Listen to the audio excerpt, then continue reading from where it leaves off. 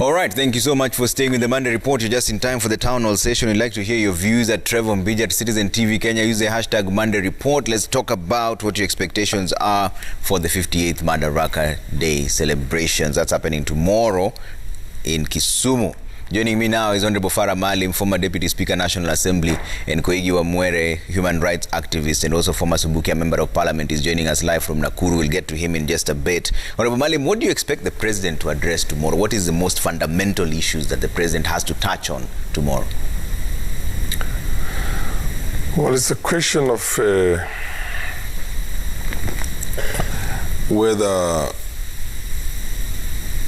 the President is going to touch on what is important for the people, or whether he's going to touch on the current state of the pandemic and the economy and all those things, to say, well, we're not as bad as people get, or countries are getting, and we are unable to register the kind of growth that we expected because of the pandemic and other things. And then, of course, give some hopes on those who supported the BBI, without necessarily being categorical about whether we're going to. He might tell you his hopes, that he feels that there's sufficient grounds to expect a favorable ruling from the judiciary. But to say that we're going to win this case clearly is an indication that maybe the executive wants to put certain pressures on the judiciary. So you give hope to the people, but at the same time make sure you don't cross that fine line between the independence of the two bodies and, of course, a political speech, which is essentially a kind of an optimism. Basically, the bottom line is that the President has got to be optimistic.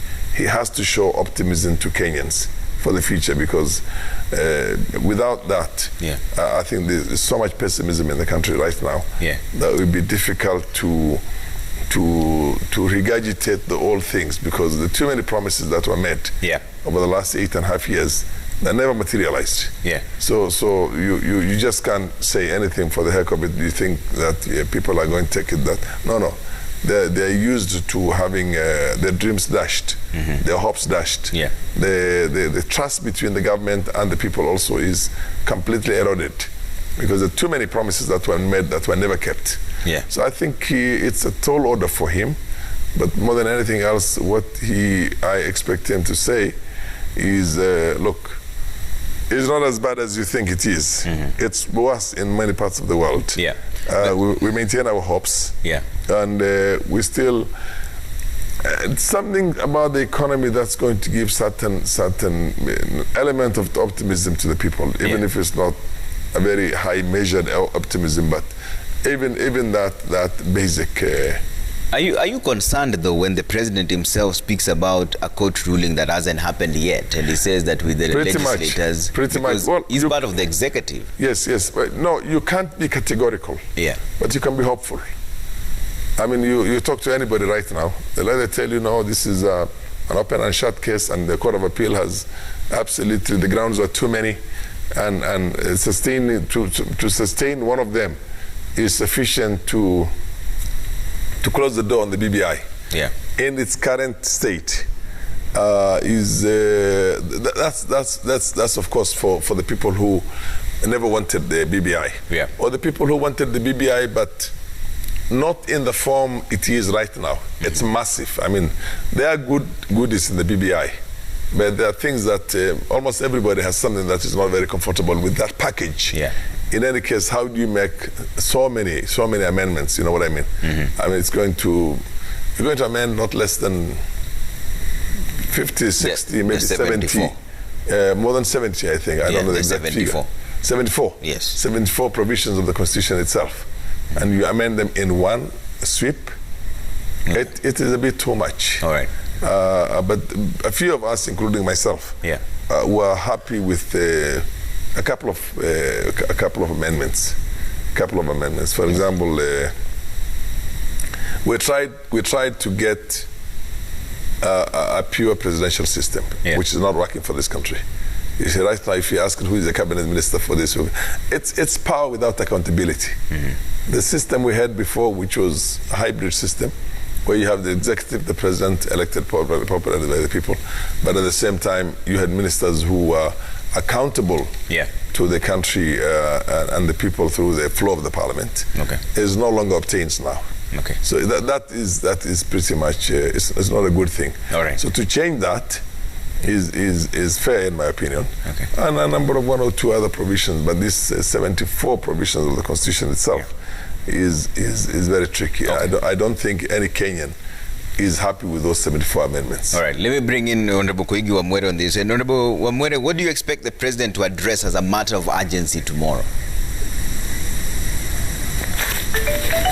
Well, it's very difficult to say, but let me first, if you allow me, I would like to pass my condolences to the family of Kalembe Ndile, who passed away this last week.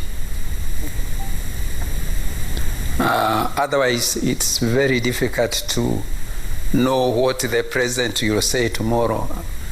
But I guess whatever else he may be saying, I think he'll mention the matter of BBI and how much support himself and his brother are determined to give to the bill, to the BBI, to the BBI bill. He might mention other issues, but I think that is really what is most important in their minds, despite the fact that I would have expected him to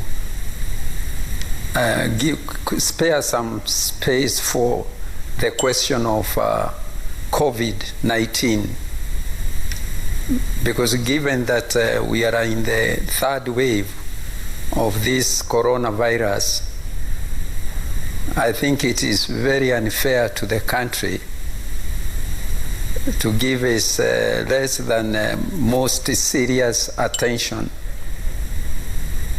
given that it is the one danger that really faces this country and must be addressed by the top leadership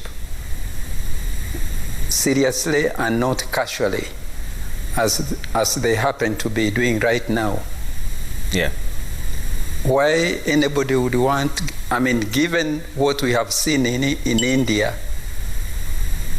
and Brazil, it shocks me when I see our leadership not giving the kind of attention that that COVID-19 deserves. As a matter of fact, I think that even the meeting in Kisumu should not be happening at this time at all,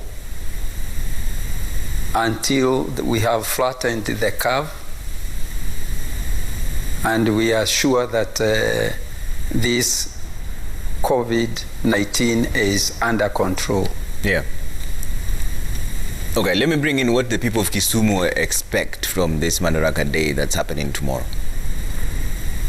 Moving forward, the expectation is that the government can complete projects happening in Kisumu County, majorly touching on agriculture, irrigation, that are expected to bring money and flow of cash in the city. Kisumu's peers like Eldoret, Nakuru and Kisii, they are vibrant right now than Kisumu. It's because around them there's a good agricultural activity going on. So we are urging the national government to work in hand with the county government to especially finish the project that they have beginning, that will make Kisumu an investor's place of choice. We need to see the economy growing in terms of business. Environment, we have the environment now. We want to see investors. We want to see the president appealing to investors that Kisumu is the place to be in terms of agriculture, in terms of business. We have beaches. We have a lot of things. So we are expecting, with the port coming in place, we expect that the president is going to allow us to see not just the port alone, but also the airport. We want to see the cargo coming also through the Kisumu International Airport and going through the Kisumu International Airport. The economy has gone down. I do not know that it is because of the corona issue, but I want to believe that it is not because of the corona issue. If our president can tackle this very soberly, we Kenyans, we can be very, very much far. But I believe things are going down because the tycoons are the ones who are exploiting the young ones. And the economy has gone down because of the tycoons. So I expect Uhuru to speak about this one verbally and vividly about it. Let corruption be destroyed completely. Corruption is what is bringing Kenya down.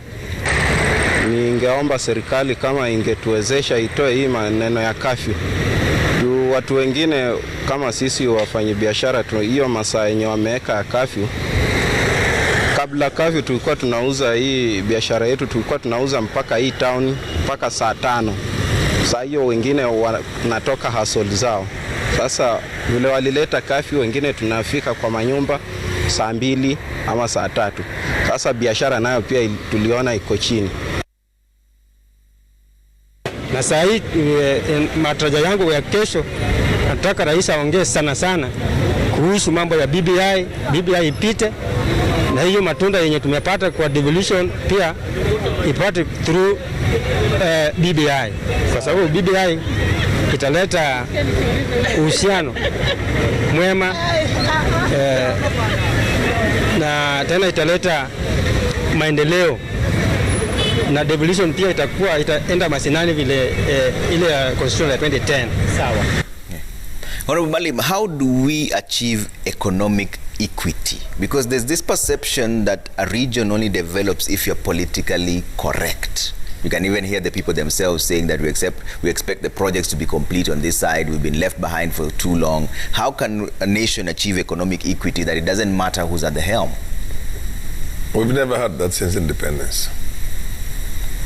We've never, there's always been a state capture in this country right from the very first government.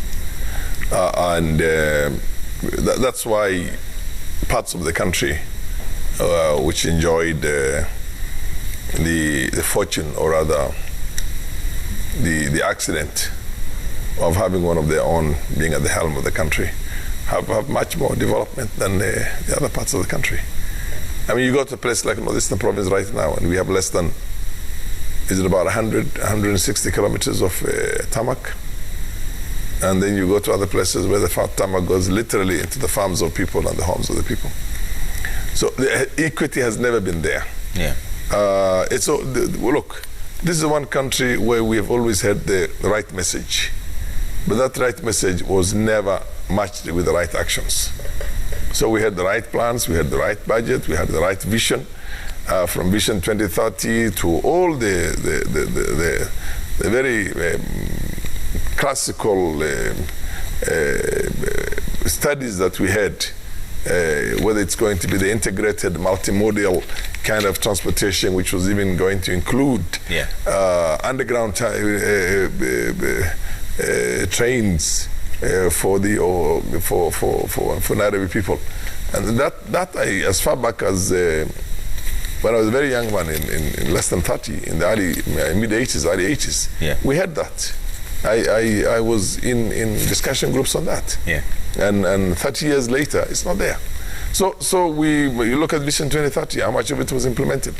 I mean, we've always had good plans. Yeah. We've always had good talk by politicians.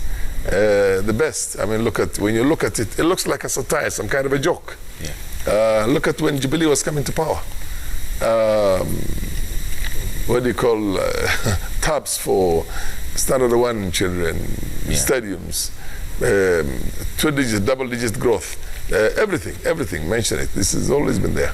Yeah. So, but to match that has never been there. And on the issue, right now we're trying to play a little bit of a catch-up for political convenience, because Luo Nyanza has been left out of the development of this country for a very long time. Yeah. Right from the very first government. And the only, so to speak, project which was of certain substance was the one that also brought a lot of misery when the late first president of this country was was opening the Russian hospital, what was called the Russian hospital, which essentially came in because you can understand those days, socialism, capitalism, communism, and the rest of it. And the vice president those days, Jaramogi Oginga Odinga, had a very, very good connections with the East. And the very function that was supposed to celebrate that turned out into tears, because that's when so many people were killed, when stones or rocks or whatever it is were thrown at the president then, either for whatever. But so the point I'm trying to tell you is that we've never had equity, and I don't think we're going to get equity in the foreseeable future. There'll always be a state capture in this country. It's been there for the period it's been there. And everybody is gunning very, very hard to hold that top office, both for personal reasons. Because when you look at also the wealth of the people who are there, and if you ask who is the richest people in the country, it's basically who is who in the helm of the country and in the politics of the country.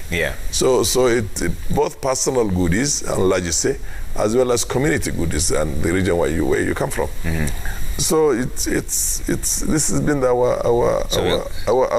been our life, our history. It's our Achilles' heels. Let me bring in Honorable Koigi on this. Koigi, what would it take for us to achieve economic equity from where you stand? Let me say that I think the answer to that question has always been under discussion in this country since we got our independence. You remember the debate of sessional paper number 10 of 1965? Yes. It was about how we were going to acquire equity in our economy. Yes. And the question then was raised whether the system with which to acquire equity would be socialism or would it be capitalism. Trevor, I don't know whether you remember the American ambassador in those days. He was called William Atwood. And he left behind a book called The Reds and the Blacks. And by the time he was leaving this country, people who were thought to lean to socialism, or at that time hardly was social democracy discussed. But if we really want equity, we have to choose the right system for it. We cannot go capitalist, and which encourages corruption and unequal development, inequality in fact, and expect to acquire equality.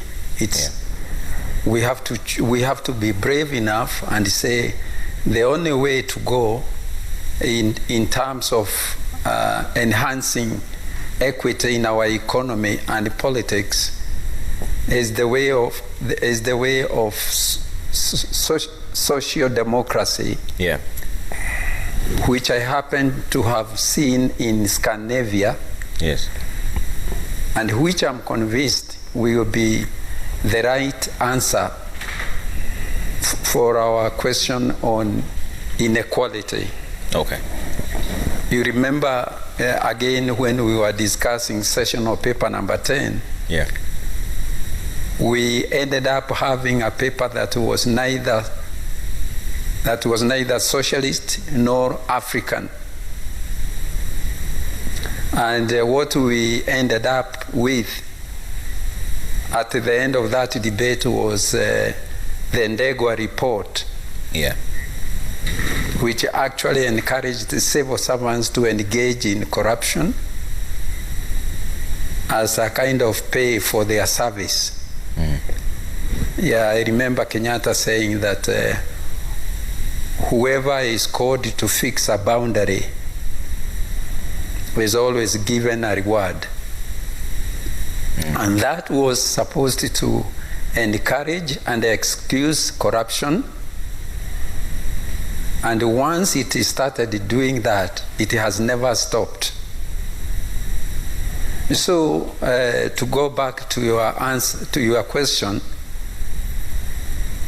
to solve the question of corruption, inequality, poverty,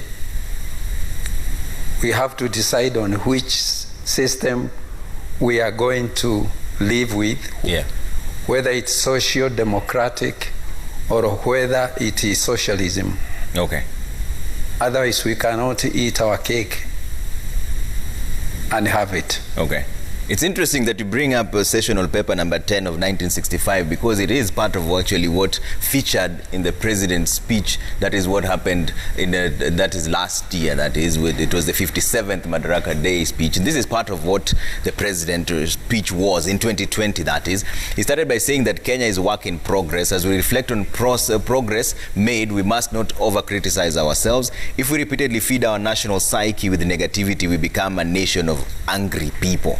That's one of the things the president was saying. And there's still more on this issue. We must reimagine Kenya. COVID-19 had just come into force, spread into Kenya at that particular point, and it forced us to reset our national values. And this is where that sessional paper number 10 of 1965 comes in, Africa's socialism and its application to planning in Kenya, which envisioned Kenya with an Africanized economy locally owned. This is part of the presidential speech last year. We'll see whether this year also contains part of it. And he further says that if the political architecture provided by a constitution cannot support the growth and progress of a nation, that constitution becomes a cancer to the body politic. So the solution, Honorable Farah, that the president is giving is not so much the sessional paper that we're talking about. He's talking about the political architecture provided by a constitution. If it doesn't support the growth and progress of a nation, then that constitution becomes a cancer to the body.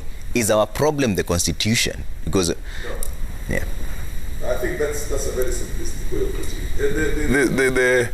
The constitutions are not cast in stone. They are living documents. So amending a constitution, a provincial constitutional provision, is an understandable thing.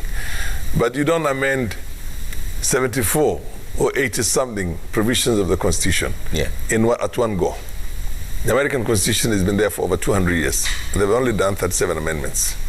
So 1 or 2 years is understandable if it's not serving us.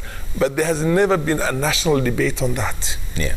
There has never been an intellectual engagement to see how much of it has been implemented, how much of it has been operationalized, and exactly where are the problems. You see what I mean? Exactly where are the problems. Yeah. Are we having a problem with the constitution because we don't have 70 additional seats with 60% or 70% of them going just to one community, ethnic community? You know, these are the kind of things. Yeah. And then when you talk about the sessional paper number 10 of 1965, it was the fundamental basis, it was the architecture of inequity in the country and inequality. Because the sessional paper number 10 itself was of intensification of government investments in the high potential areas as opposed to the low potential areas. Yeah. So in other words, at that time, the idea was that let's put more money into the coffee and the tea and these kind of things, where this country is an agricultural country. That's one thing. Yeah. It's the backbone of the economy. So let us go into instead of extensification, which means we were, instead of going out to the country and doing dryland agriculture and doing all sorts of things so that there is proper equity in the country, we say, no, let's bring all the resources to the regions that basically had a lot of potential agriculturally, particularly with the cash crops that were there to serve the tastes of the West. And we have a problem. We've had a problem right from independence. Because when you fight for your independence and you win your independence, you emancipate, you liberate yourself by cutting as much as possible loose with the colonial, master-servant kind of a syndrome. Yeah. And that's exactly how the so-called Asian tigers are where they are today. None of them maintained an economy that essentially is supposed to serve the tests, the tests of the former colonial masters or the West or the first world of the time. No, they were supposed to serve the interest of the African. Yeah. Or rather their own indigenous people out there, their own people. And that's why, I mean, Singapore, when you look at Singapore and Lee Kuan Yew and the kind of things he went through, where he basically told the Americans and the British and everybody else, he was from Oxford himself. And without, you know, top-class university, and was trained in there. But the thing that he got from there is that, look, I have to chart, it has to be a paradigm shift. I have to chart a new course for my people. Yeah. And he did that.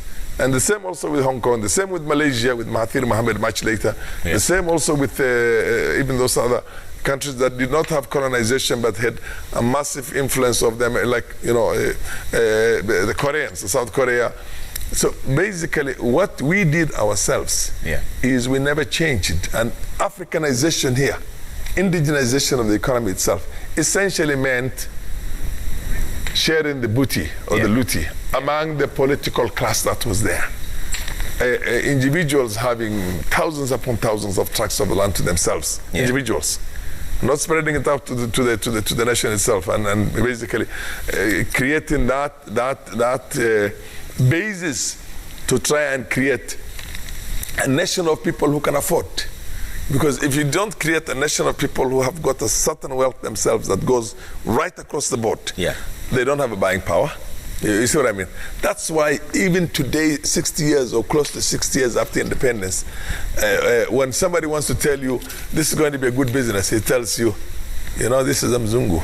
You know, essentially, dropping in the name of the fact that there's a white man involved in that transaction itself tells you two things. One, there's money in it. And two, it tells you it's above board. You know what I mean? There is nothing hanky-panky or fishy to worry about. I mean, we've never sorted out our own psyche, the psychology of both the ruling class as well as the masses has never changed in this country. So I think it's going to take us a very long time. Look at Tanzania, Magufuli. He goes into that and Nyerere started it in the first place. One, promoting their own language. You see what I mean? Promoting Swahili as an alternative that time. That's Ujamaa, scientific socialism.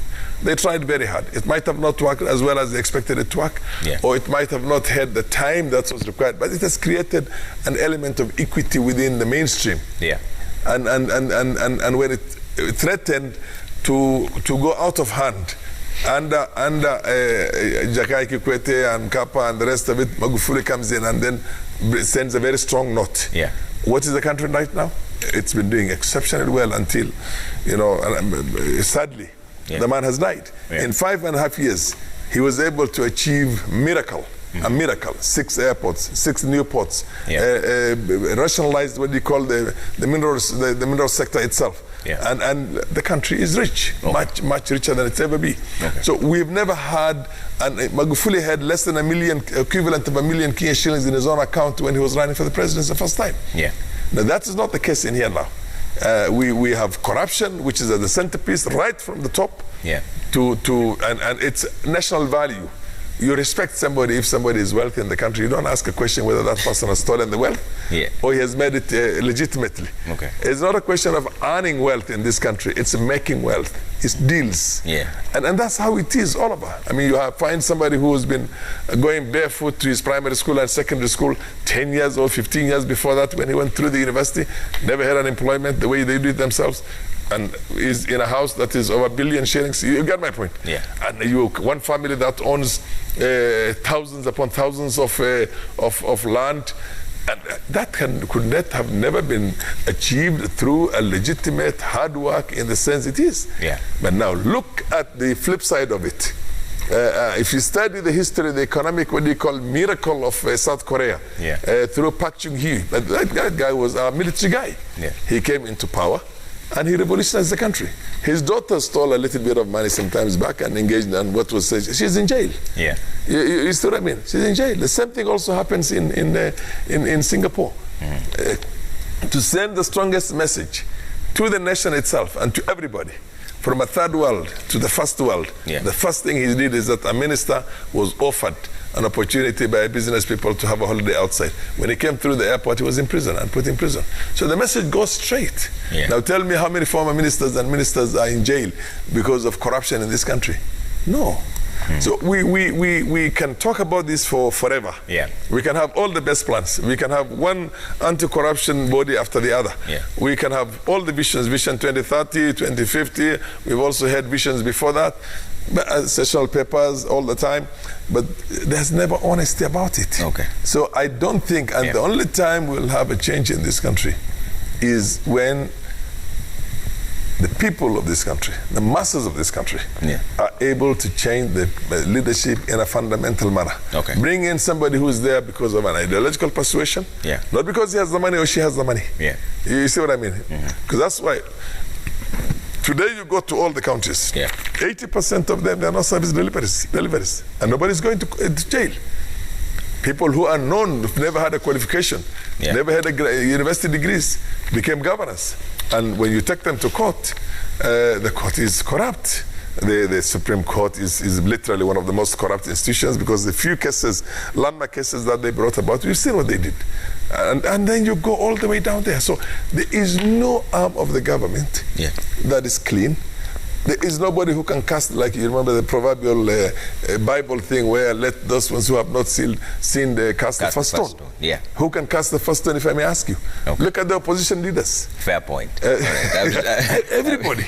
Okay, I have to take a quick break here on the Monday Report. When we come back, I'll sample some of your views that are coming through and also finish through the 2020 presidential speech. We're expecting the 2021 presidential speech tomorrow, but part of this is most likely going to feature in the speech tomorrow. We'll be back in just a bit.